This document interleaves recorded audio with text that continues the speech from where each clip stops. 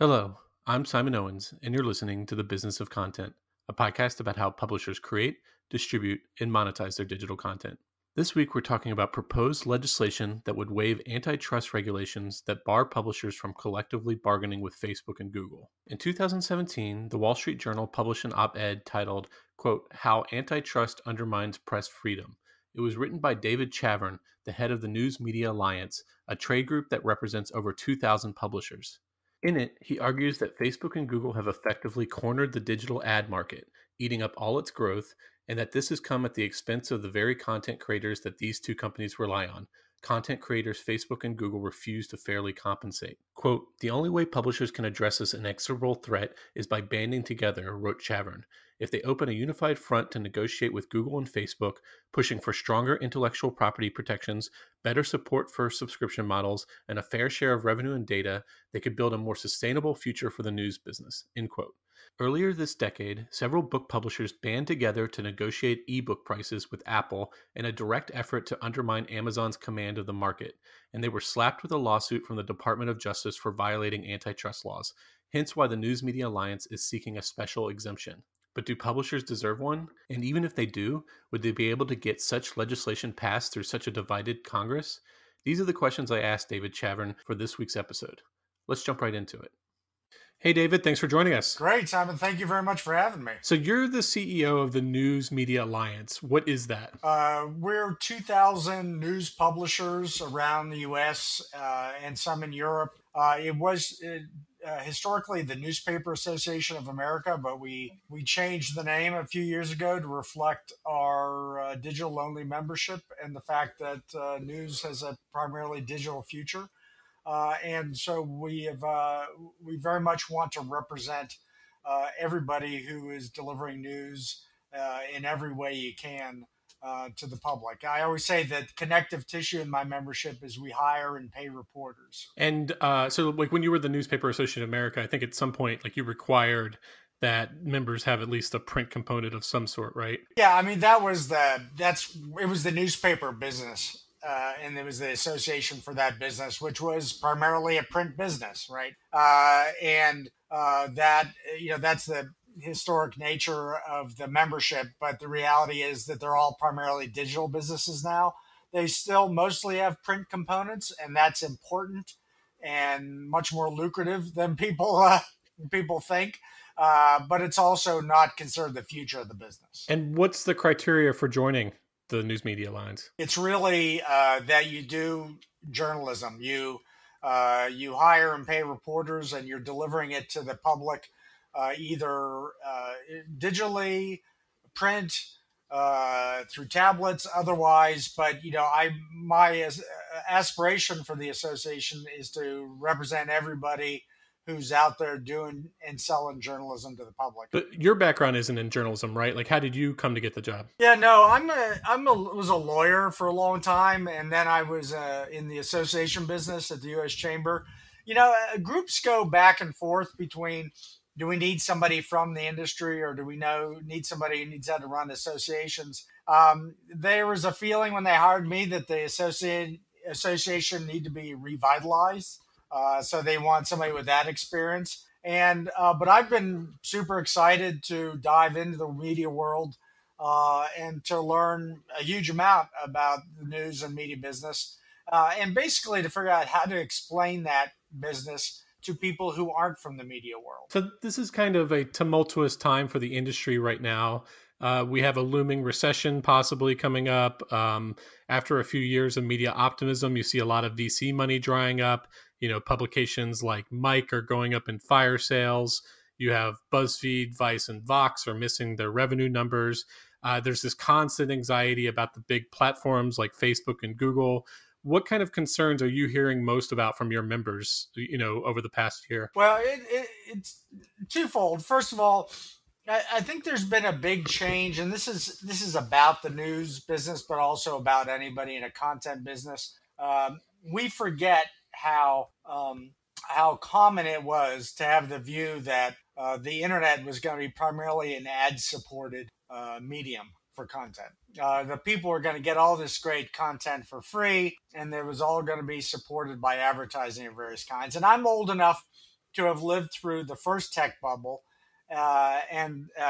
where every business was pitched as an ad-supported business.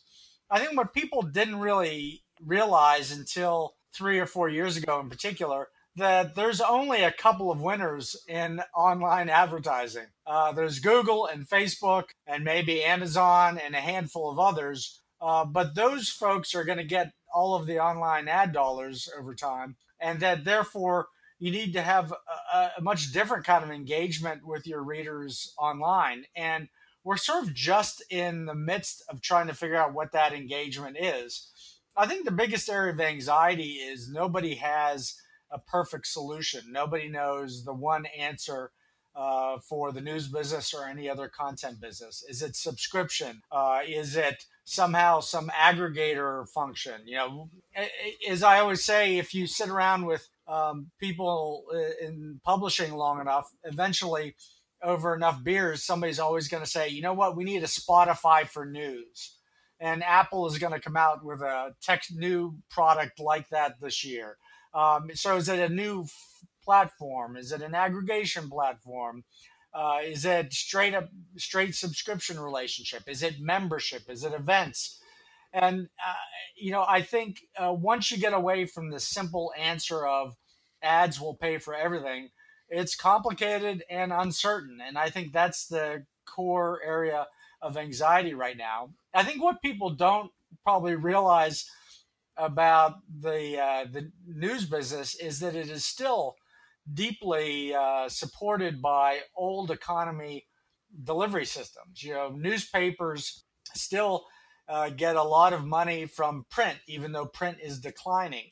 The broadcasters still get bulk of their money from TV and broadcast sources. So all of this online news consumption or content consumption we've had for a while and that we enjoy is still really heavily subsidized by old economy stuff. And I think people don't realize that.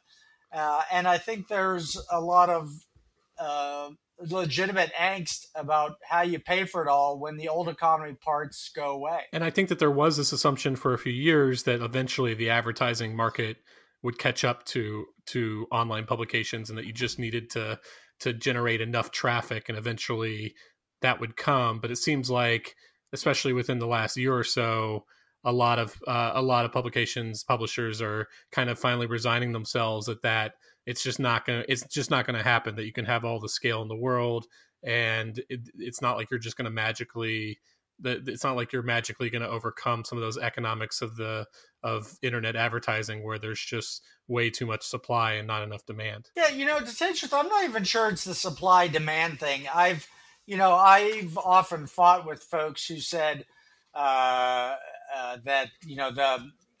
the ad inventory online is infinite. That can't be the problem, because people's attention isn't infinite, and really what you're trading in is people's attention.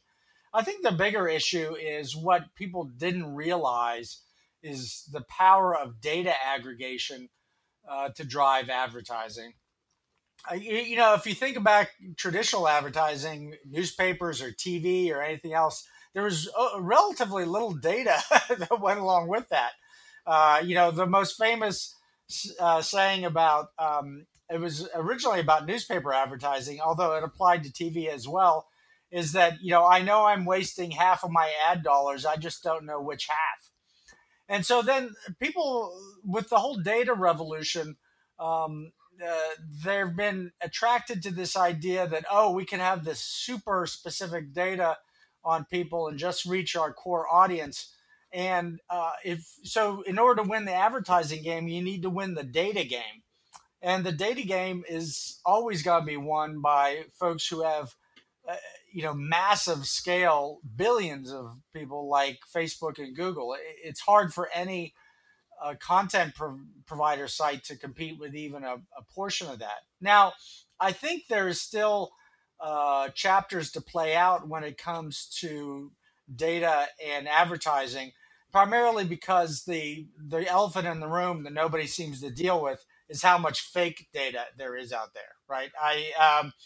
There's still people still may be wasting half their money and not know where, because there's so much fraud in the online data system.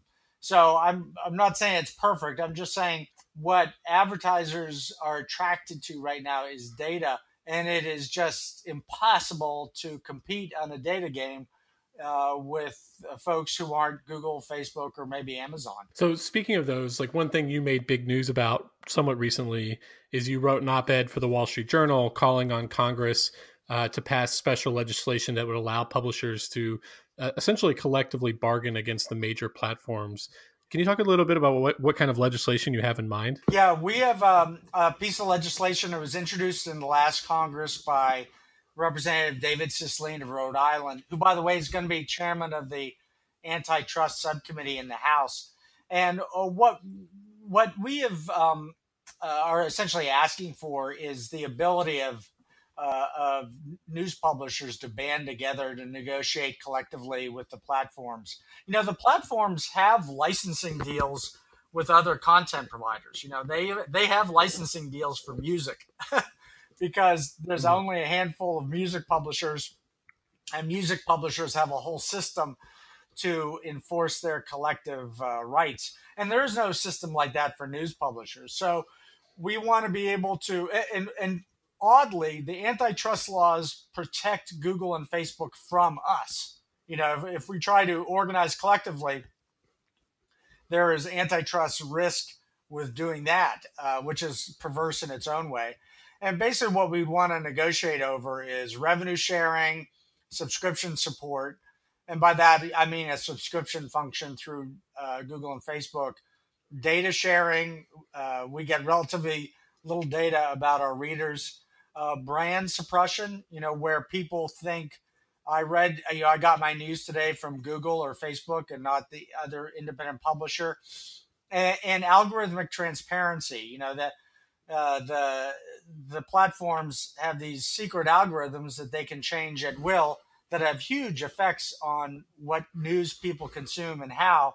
And not only do we have no input on that, nobody even knows what they are. I mean, Google and Facebook say a lot of things about their algorithms. They say they're fair. They say they're aren't biased in various ways, and that may or may not be true. But nobody knows because nobody knows what's in them. So, I mean, just to kind of translate, so the antitrust laws, they bar things from like, I mean, I guess the equivalent is what is often called price fixing. So the idea that if you allow a bunch of players in the same industry to all kind of band together and negotiate together, that kind of stops innovation from happening, because they're just be able to control the prices, and they're not regulated by the free market, which forces them to compete with each other. But you guys are saying this is a special case, that because Facebook and like these big platforms like Facebook and Google are so powerful in and of themselves that you need that collective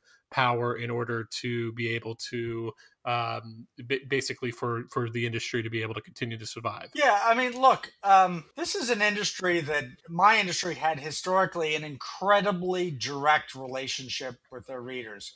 We literally created a product every day and went and handed it to our customers. That's kind of unusual. I mean, Goodyear doesn't roll tires up your driveway, right? I mean, we have this incredibly intense and direct relationship with our readers.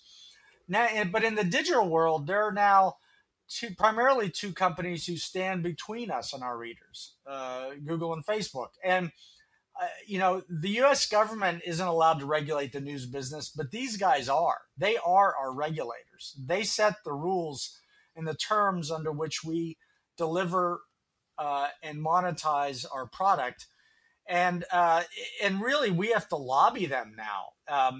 Google, for example, last year changed a rule. We can go into it if you wish, but it was a rule called First Click Free that basically required publishers to give away some of their content for free.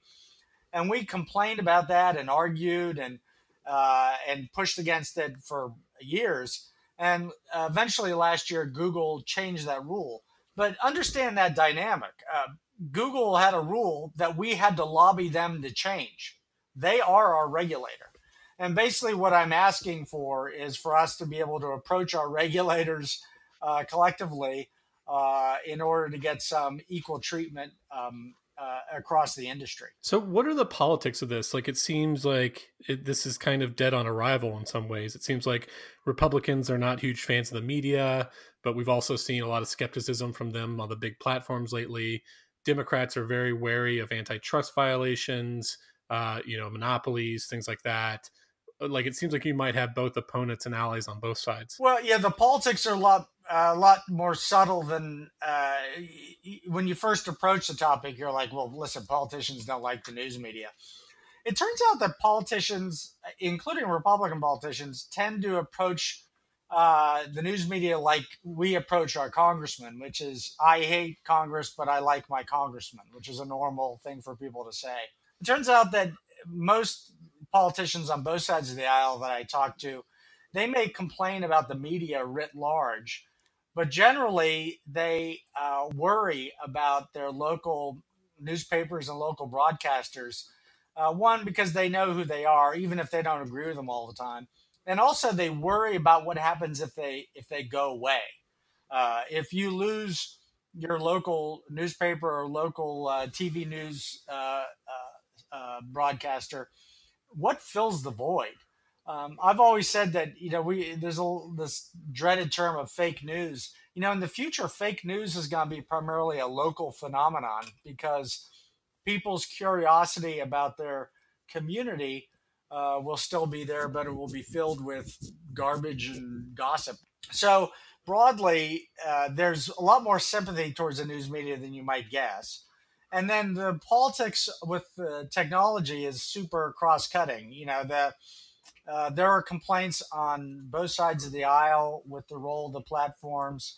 I think there ultimately will be various legislative approaches to the platforms, and we want to be part of that. And my basic argument to Republicans has been, listen, we're a low regulatory solution here. We're not asking the government to come in and regulate Google and Facebook. We're asking the government to leave us alone and let us fight for ourselves. And I think that's an attractive political argument. Can you tell me about how these negotiations would work if the legislation passed? Like, would it be someone from the News Media Alliance that's approaching the platforms? And like, tell me about, like, I know you mentioned some of the issues that you would want to negotiate on, but like, how would they actually work? Yeah, anybody who delivers news content online would be eligible to participate. And you'd have to put together a organized body of folks representing those publishers from the negotiating side to deliver a bunch of requests and engage in basically a large-scale negotiation again about the terms of delivery and economics. And what you'd ultimately be allowed to do, or the sanction would be the possibility of news publishers pulling content off in a collective way. Now, would that ever happen? I certainly hope not, and there'd be a lot of downsides and things to worry about. But if you think about what the alternative is, the alternative is you have an industry that produces stuff that's critical to our democracy that basically has to engage with their regulator one-off and isn't allowed to talk collectively, and will almost necessarily be driven to some lowest marginal revenue position because there is no leverage. And the whole idea that the antitrust laws protect Google and Facebook from us is ridiculous, right? So I think it's ultimately a way to come to a better deal, and we need a better deal. And by the way, Google and Facebook should want our quality content. As I always say, if they have a fake news problem, I tell you what, we're in the real news business. So why can't we come to a deal? I guess I want to play devil's advocate on two fronts. The first is that companies like Facebook and Google, they've been able to get to the position they are partly because of innovation. and the kind of innovation, the kind of competition is causing a lot of publishers to be more innovative. If you look at publishers ranging from like the big players like the New York Times or the Washington Post, like the New York Times came out with, their innovation report a couple of years ago, and then started really kind of reconfiguring their business, launching the metered paywall, which was a huge step forward in innovation, buying things like the Wirecutter, which was also like kind of a game changer in terms of how to leverage e-commerce and with like really high quality journalism. And then you see all the way down to local outfits like, the Texas Tribune, which has really succeeded, or even like things that you might not even be aware of. Like I've profiled a kind of hyper local news network called Tap Into, which is a series of like several dozen hyper local news sites in New Jersey and other states. You see companies that are building like really sustainable business models in this kind of new ecosystem. And I think they're in part because they're being forced to innovate, and they're forced to diversify their revenue. And so like I kind of like wonder, like if you get to the point where they're not forced to innovate, and Facebook and companies like Facebook and Google and Snapchat and Twitter and Amazon aren't forcing them to think more like tech companies, that this kind of innovation isn't going to happen. Yeah, first of all, I represent a really innovative industry. The whole sort of this whole frame that the news business is old and backward looking is just so tired. I mean, again, I represent primarily digital businesses who, and some of the you didn't talk about, like Minneapolis Star Tribune, by the way, or Dallas Morning News. I mean, just look at the stuff the Miami Herald's been doing lately. Incredible. But all that, by the way, and if you'd have given me that list a few years ago, I assume that Mike and BuzzFeed, Vice, Vox, and everything would be on that list, and they should be, because they're doing super innovative stuff. But at the end of the day, you got to pay the bills, right? And if for a lot of those folks you're talking about, still get a lot of money from traditional distribution sources that are slowly going away.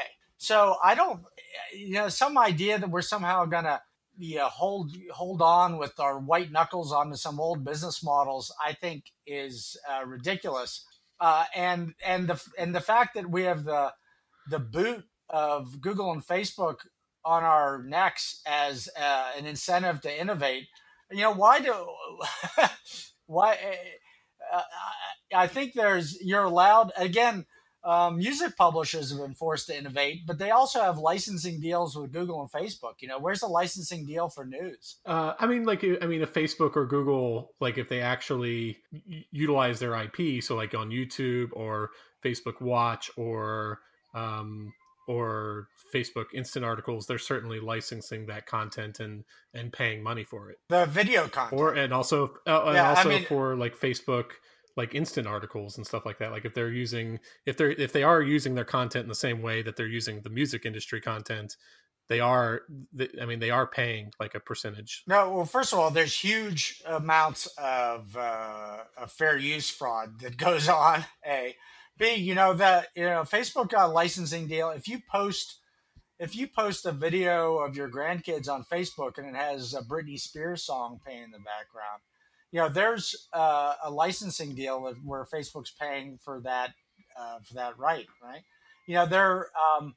There is no underlying licensing deal for news content. And Instant Articles, that's a whole different set of arguments about basically delivering the content into Facebook and then carving up, letting them take a chunk of the ad revenue for that in their own ecosystem. That's I think very different than the whole range of ways in which news content is pirated and stolen and rewritten and forwarded in ways that result in no compensation back to publishers. So, this idea that it will keep us from innovating, I just don't get it, because other people get paid, and that seems to be okay, but we're not allowed to get paid. Well, the second thing that worries me about this kind of legislation is that you now have millions of independent content creators like me,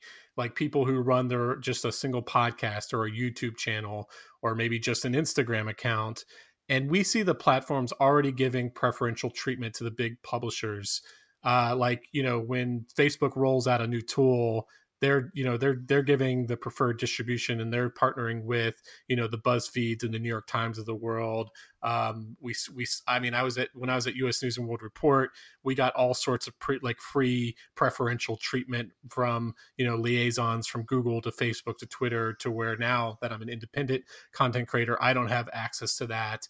So we see all that. So what happens to us when the News Media Alliance suddenly has all this bargaining power? Like, what happens to my distribution when you're able to negotiate better deals for the New York Times and the Washington Post? I think a tech enthusiast, an internet enthusiast, a media enthusiast would look at, the media ecosystem today, and where you might see kind of depressing news, we see like a million flowers blooming. We see new content creators, YouTubers who are now suddenly making a living, who might have otherwise been marginalized, who would have never had their own, TV show 20 years ago, but can now reach millions of people through their YouTube channel and make a living off of that.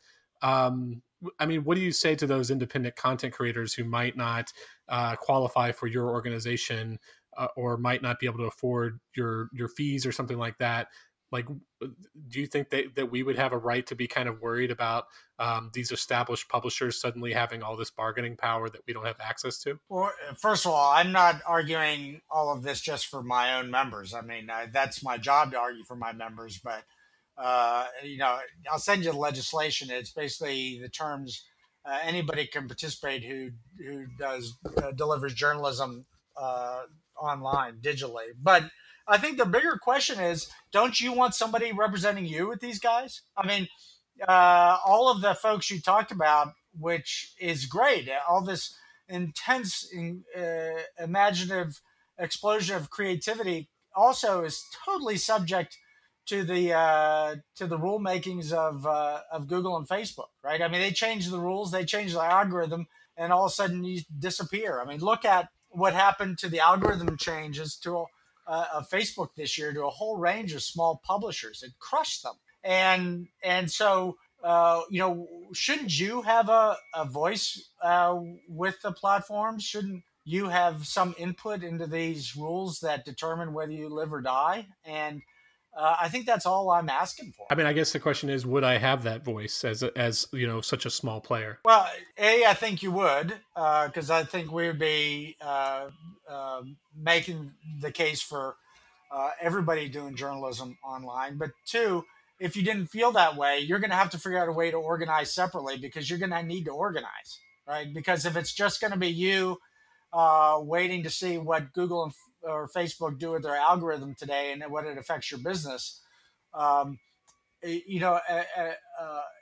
some point you're just dancing on the wind, and that isn't a way for you to build a business. Okay, David. Well, those were all the questions I had. Where can people find you online? Newsmediaalliance.org. And my email address, feel free to send me an email, david@newsmediaalliance.org. Okay, great. Well, this was a lot of fun. Thanks so much for joining me. Excellent. Thanks very much for having me, Simon. I appreciate it. Okay, that's all we have for you today. Be sure to subscribe to The Business of Content on iTunes or wherever you get your podcast. See you next week.